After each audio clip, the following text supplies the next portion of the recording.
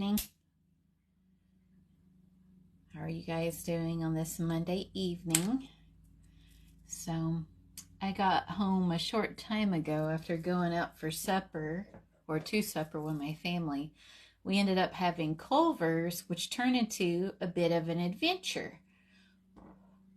So, we initially went to the one that we have close to us in Arnold. And when we pulled up, got out of the car, we realized there was an entire school bus of students in that Culver's.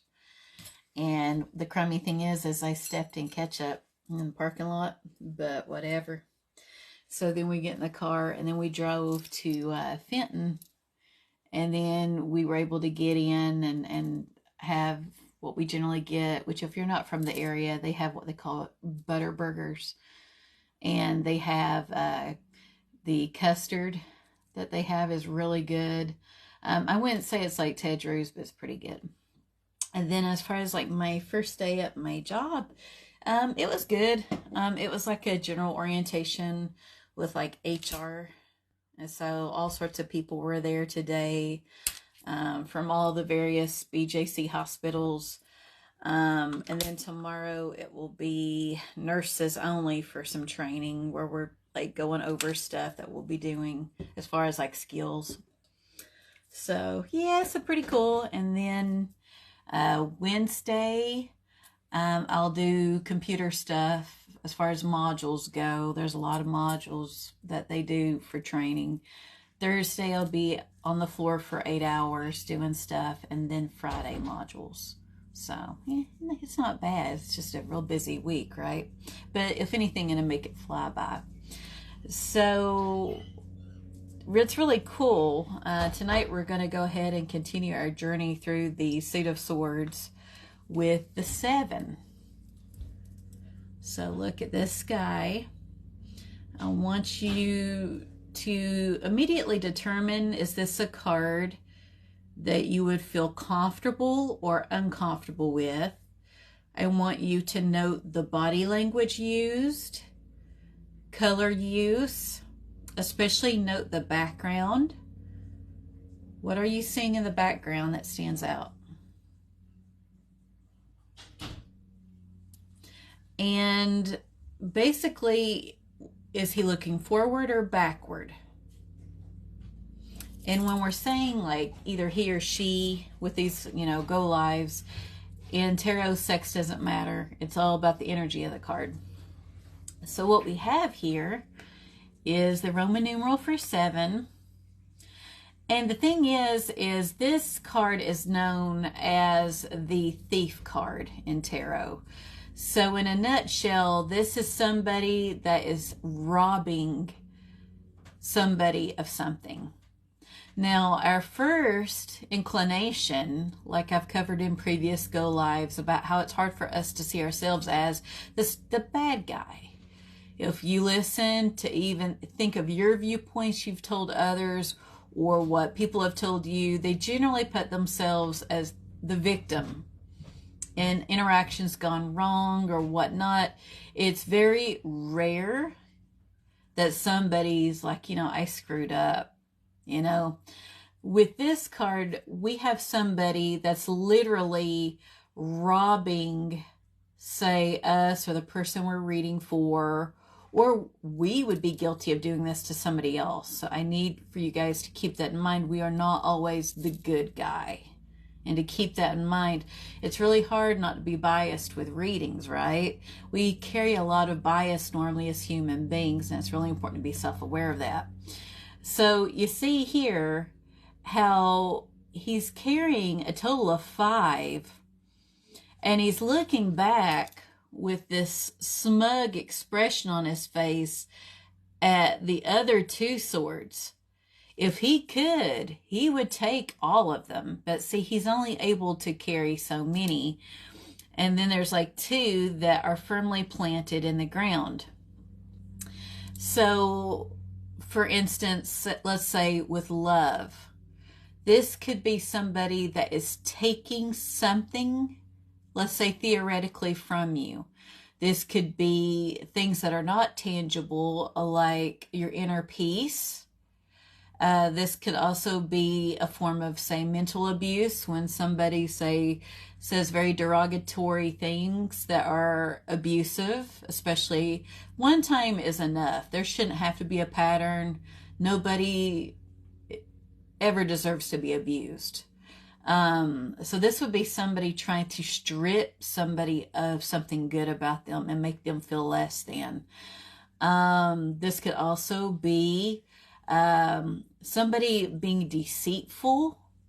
So this could be an affair, okay? They're withholding a truth.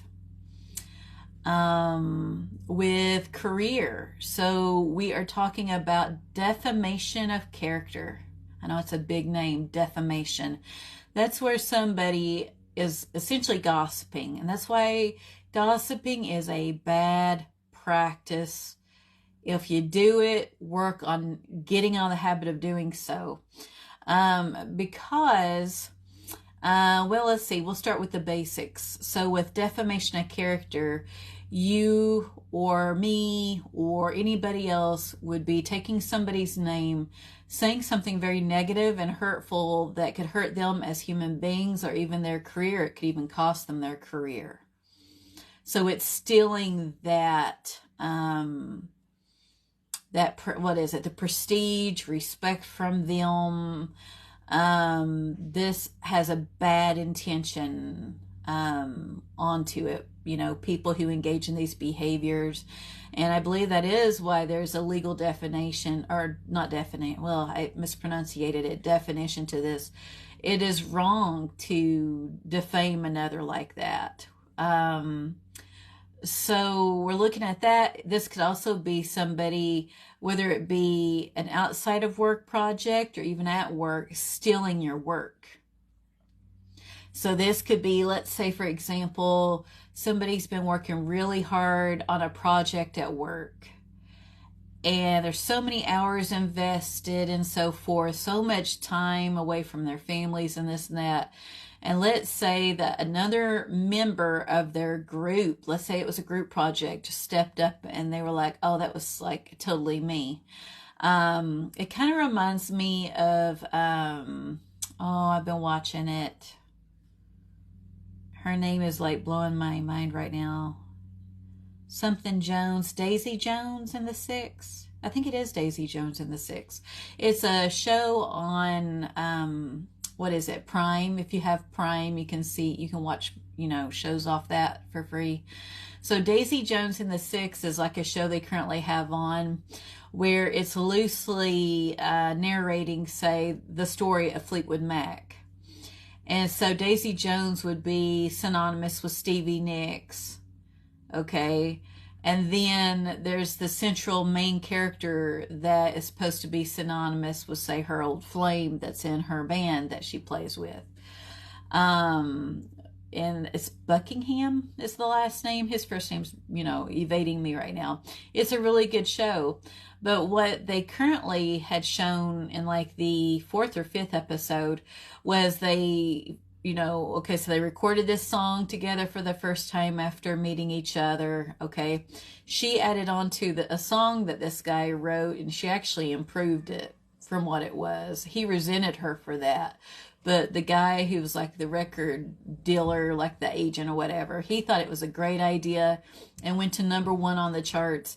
They went to like this like free festival, like a hippie, like Woodstock type feel. Like it was the early 70s and stuff. And like they sang that together and the crowd went wild. And she went out on the stage prior to him being cool with that. Like, and so they did multiple songs together. The energy was crazy. After the fact, they were being interviewed. And so this guy that I'm telling you about, when they were assessing, okay, you know, tell us about this song, you know, and who did what, he took all the credit. He didn't give her any credit. And this individual, Daisy Jones, this is like the second time she had somebody throw her under the bus with somebody taking full credit for her work, which did not agree with her. And made her like downright mad, which is understandable. So that's an example of somebody stealing, they're taking from you or me. With finances, this is somebody that's got really bad intentions where they're trying to take your income. One common example I can think of off the top of my head would be, let's say if you have a friend or a family member who is a drug addict or an alcoholic. They are very much addicted to this, okay, the substance or beverage, okay. They will do anything. They will lie. They will steal anything to secure whatever they're addicted to. That's an example. So usually it's an act of betrayal. There's deceit. It's got some really bad vibes to it. Now, the thing is this card is predominantly in yellow. So what that really reflects is that the person who initiates this behavior has really stewed on it. This is very much intentional. It's a form of deceit. And so it's not like it's this cloudy, rainy, gray sky. This is somebody who fully knows what they're doing and just inviting all that bad karma into their lives. Notice his feet. It's like he's tiptoeing. So he's very much trying to steal these swords without being noticed. But the thing is, he was. So if you look in the background, he has been caught. So you see there's people off in the distance, and this one is raising a weapon up in the air. And it looks by them, it's either, I would more than likely say it may be a cloud of some sort, because we don't have clouds anywhere else in the sky. And it doesn't appear to be snow or anything like that. This, to me, would be symbolic of they didn't even see this guy coming. They weren't even aware that he was here, he's stealing, or even his intentions. And then here, you know, they have this character. And this looks to be like a busier time. So if you look, there's a lot of very colorful tints in the background. And I couldn't find anything reflecting on the meaning of those. Other than it looks like this would be like an ideal time to try to perform a theft, because with all these tints, one would deduct from that there has to be a lot of people there. So it'd be a good time to try to go in and do something like that. And then with his garment, so his hat is red. Okay, so very much that one adjective which we can assign to red would be ambitious and victorious. They succeeded in their deceit. And then we've got orange for the tunic, which if you think back to when we learned about wands, it's all about that excitement and enthusiasm. Again, red. He's got red feet. Okay, so even though there's a lot of positive connotations to red, think about some of the maybe not so good ones. Another one would be anger.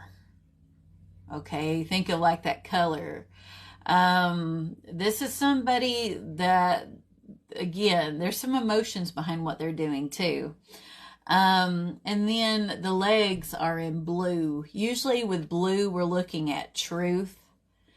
And maybe in this person's mind, they think that by performing this act of deceit, they're going to expose this person for who they really are. Even if the person they're taking from is a poor character, it does not make this person look to be in a better light to engage in this poor choice of behavior by taking so much from somebody else. But the two remaining swords in the ground do reflect, being that swords are of air, of logic, communication, and action, that the person that he has stolen from is left with some logic to where, they've had some things robbed of them in some shape or form, but they still have their head about them to determine how to best move forward. So let's see here. So I'm going to look at what I wrote down for my descriptors. So I had mentioned how with the Seven of Swords, this is known as the Thief card in tarot. Some descriptors would be theft, dishonesty. This is a potential transgression, a challenge to position, someone invading space, which this character totally has, someone who takes from you in a relationship, a need to set boundaries, to stand up for oneself with logic, communication, and be active in that. So it's not like the thinking phase. If this is someone taking from you or me, we're going to have to respond, and we got to be very careful how we respond, or else it may even take away from us and make us look to be in a poor light. Especially if it's something where it's like your reputation or your career's at stake. So it's very much using a very good use of logic, not emotions, to determine how best to move forward. The only meaning I found was the meaning, well, other than what we've discussed about the figures in the background with the one weapon being raised, meaning this person has been found out. Let's see here. So with love, we have lies and deception, possibly an affair. With career, we're looking at sabotage, defamation of character, jealousy at work. They want what you have. With finances, it's a shady business deal, fraud, theft. It's a scam. So another example would be, and I always felt for my elders, when I did home health care, I cannot emphasize how many times I walked into a house and the poor little elder I was taking care of did not want to answer their phone because there's some heathen where they aspire to grow up and con elderly people out of what little bit of money they have. And it's usually by scaring them. And from what they told me, it's like incessant, like especially if they have a landline, it's like this constant use of like robocalls. And they explained to me if they answer, then somebody would be like patched through to like try to con them out of money. So there'd be many a time when I was a home health nurse and I was calling to schedule an appointment, they'd either not answer and call me back, or I had one gentleman, he picked up the phone and he acted like he worked at an M&M factory. I'm like, oops. I'm like, I'm sorry. I think I've got the wrong number. And I apologize. Due to HIPAA, I didn't say anything that would identify the person I was trying to reach. But I'm like, I'm trying to call somebody to schedule a home health appointment, and I apologize. I have the wrong number. He's like, oh, wait, I want to talk to you. But the scammers who try to take advantage of our seniors, these are very much thieves. They would be synonymous with the Seven of Swords, okay? So if you have a little elder in your life, even if it's a neighbor, visit on them sometimes and check on them. They're so sweet. I feel for them. Now, with reversals, okay, so it could get a little tricky. That's why when I teach you all this stuff, I always emphasize, look at the cards around this to gain kind of more perspective about which way this could go, or even if it could pertain to you. Because again, we're flawed, we're not perfect. If the Seven of Swords is you, then you would want to embrace the lighter spectrum of this energy, which would be coming clean. So this is somebody going to the person that they wronged and saying, I am so sorry. I was so wrong to say what I said or do what I did. I realized that took away from your inner peace. It could have compromised your job or your relationship. More than likely, the person you wronged, I can't say for certain, but more than likely, they're not going to want to interact with you anymore. But at least you could have inner peace knowing that you took ownership for a wrong and you moved forward in the best way you knew how.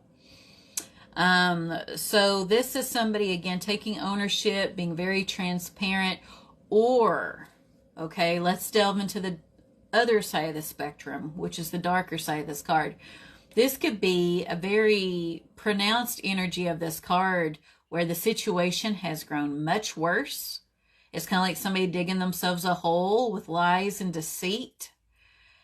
and no ownership. They keep making these poor choices with what they say and do, and it's gotten out of hand. So at this point, we're probably, if it's work related, HR is probably getting involved at this point, because the person is feeling harassed. They don't feel safe at work.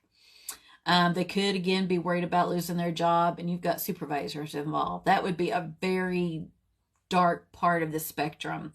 With a relationship, so this could be somebody who continues to be very much abusive, whether it be a platonic friend or a romantic relationship, taking away from that person to where they are very much a victim of abuse and they need help. It is unhealthy. It can be unsafe as well. And if you know somebody like that, get them help, you know, because so many of them are afraid to speak up. And I don't want you all worried about me. I've never been through that. I'm treated good. I'm talking about in general. In my lifetime, I've worked with people where they come to work, they look normal and stuff, and then out of the blue, you hear about it. They got beat at home. They tried to, like, you know, escape their abuser, and then it turned really horribly wrong. So that's why you got to really be attentive when you work with people, have friendships with people. If they need help, there's always resources out there. You get them help. So we're talking about with that reverse energy, if they're not taking ownership for it, to make some closure and make amends and make right. We're talking about really dark, pronounced energy that we already have with the upright. Well, we're looking at a more pronounced energy with finances.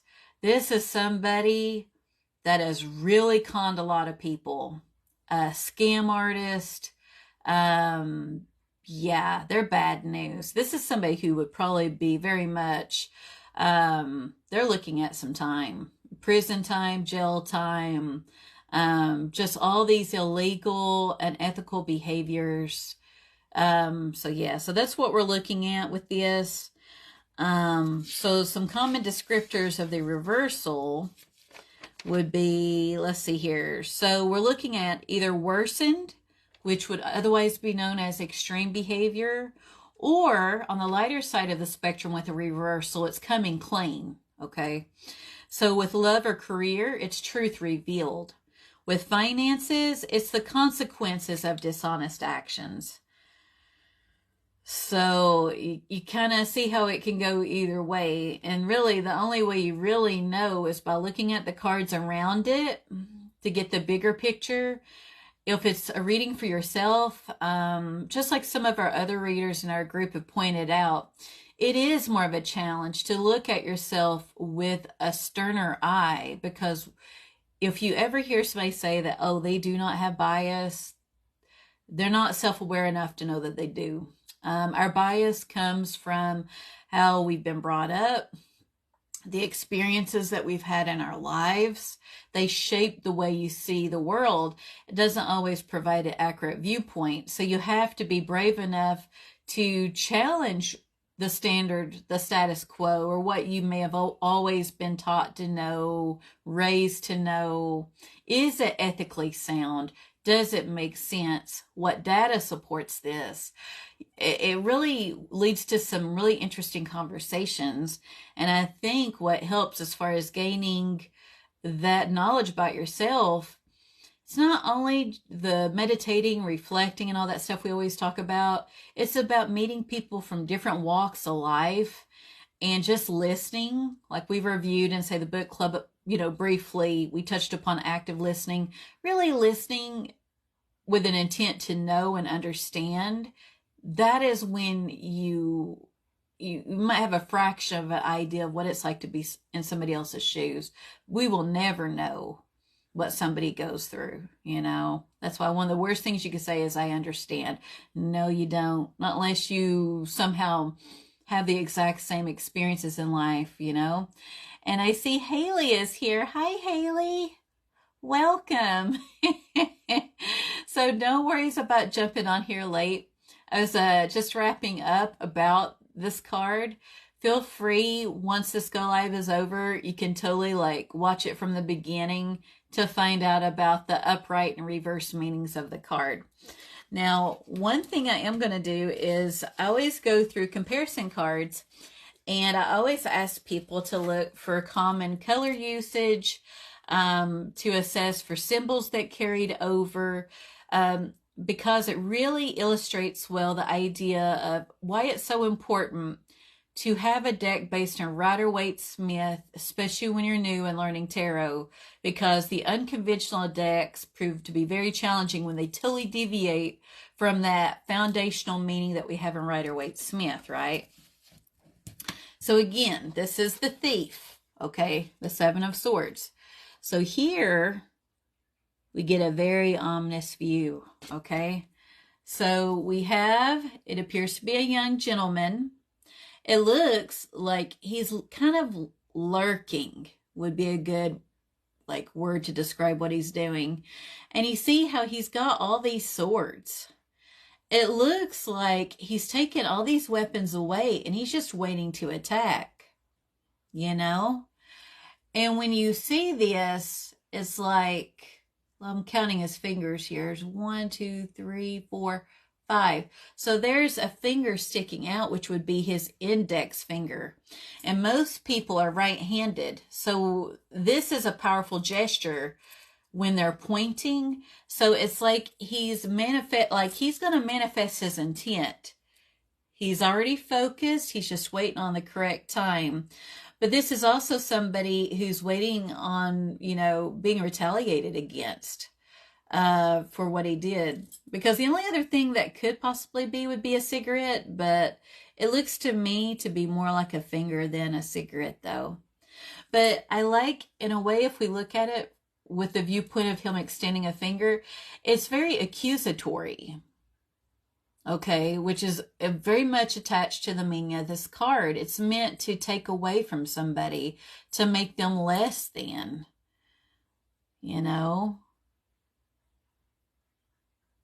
So I really like that. It's not a comfortable card. This is not a comfortable card at all as far as the energy goes. With this one, we have our little crow friend who's left feeling kind of bummed out here, because it's only left with 2 swords and it's lost some feathers, okay? There's 2 that are pointed toward it. And then we have our thief, which is this guy, flying off with the rest of the swords. And so this again is the thief. It has taken from our little crow friend and caused it a great deal of stress. And it's not a comfortable environment. It has made it in such a way this little crow feels very vulnerable. And it's holding steadfast to the sword, which is synonymous with logic and communication and action. So this little guy, in order to somehow respond to the harm that this guy caused, is really going to think things through before it moves forward. And it's going to have to do a little bit of healing too. This is a loss. This could be somebody that they thought they could count on, that took advantage of them, that was jealous of them, maybe wanted the relationship they had, the career, the finances, and took from them without this little guy even seeing him coming, and now is left in this state. Again, look at those swords and how it lost its little feathers, So yeah, it's not a comfortable energy. And I like how there's a lot of cloud cover. So again, the little crow that was kind of put out here, it didn't see the thief coming. It was totally taken off guard, and robbed. So again, we got that thief theme. Here's another one. So look in the background. We have the figure with the hood pulled over their head, and it stole from our little crow friend here, and it's mad, and it's cawing and making a ruckus, and look at those feathers flying. And we have moonlight, not sunlight. So when we think of moonlight, we think of the major arcana and the moon, where watch that tarot teaching moment if you haven't, because I go really more so in depth about it. With the moon, it's like a dreamlike state. State. I want to make sure I pronunciated it to where somebody cannot differentiate dreams from reality. You do not have full illumination of the path like you would if it's sunny out. You have knowledge, clarity, warmth. You can totally see where you're going. It's sharp contrast to the moon, where it's more of the unknown and almost threatening, vulnerable feeling with the moon. So that's what this is. They didn't see this thief coming to rob them in the night. Totally taken off guard by that. You know? So I really like that. And I like how it's holding the dagger. Again, that figure caused harm and took away from them. Very symbolic. And then I always end it with a card not based in Rider-Waite-Smith to demonstrate how, okay, this can be kind of confusing to deviate from a deck not based in Rider-Waite-Smith. So here we have a bird. We've really got that consistent bird theme going on tonight. So it's holding a nest, but it's almost like that nest is like a bucket or a pail of sorts. And it's got these keys that it uses. It could be like a little metal piece from something. So it stole all these things to make a nest. But when you think about it, this is not going to be a good nest to say have its family in, given the weight of the structure. I mean, unless there truly is like something solid within that nest, it's just going to fall apart. You can even see it coming apart at the seams. This little guy is not flying away though, like the other thieves. It's just kind of sitting there. It's a weird picture, but it's like supporting that weight, which seems to be elevated in the air. So you see how that could be confusing, even though this is the sword and this is 7. So that's why I always recommend somebody getting a deck based in Rider-Waite-Smith, because we don't have any common symbols or color usage that conveys the meaning. This is the foundation of tarot, the Rider-Waite-Smith. For someone learning, this is confusing.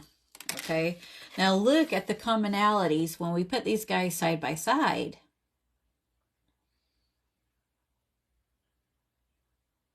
I really like that. And I actually really like how Chris Ann with the Light Seers Tarot used the moon. I think the moon is so appropriate for this, even though the yellow here totally showed that this person knew what they were doing.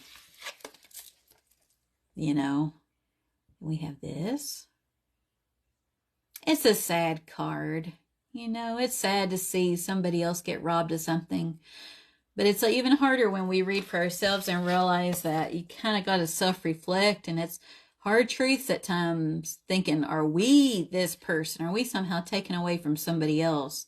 It's even harder when you come to the realization you may have done that and then taking ownership and moving forward. And like I said, more than likely the person who was wrong probably wouldn't want anything to do with you or me if we behaved in such a manner. But if it's in reverse on the lighter end of the spectrum, it would be coming clean. Because again, when this is an upright, this person totally know what they did. They planned it and executed it, you know? So it's just not a good energy. So I think that sums us up tonight for the 7 of Swords. And if you have any questions, feel free, of course, to leave them in the comments or even post them in the group, because we're here to help each other grow with our tarot practice. And I will be back tomorrow night at 8 p.m. and we will do the 8 of Swords. So we're almost to the end of the suit. And it's just going to keep getting more interesting. Like, I love tarot. I love how it's like a story, you know? And I think that's the gist of it. So, Haley, thank you for your time and your presence. I'm very grateful that you're here hanging out with me. And I will see you guys tomorrow. Good night.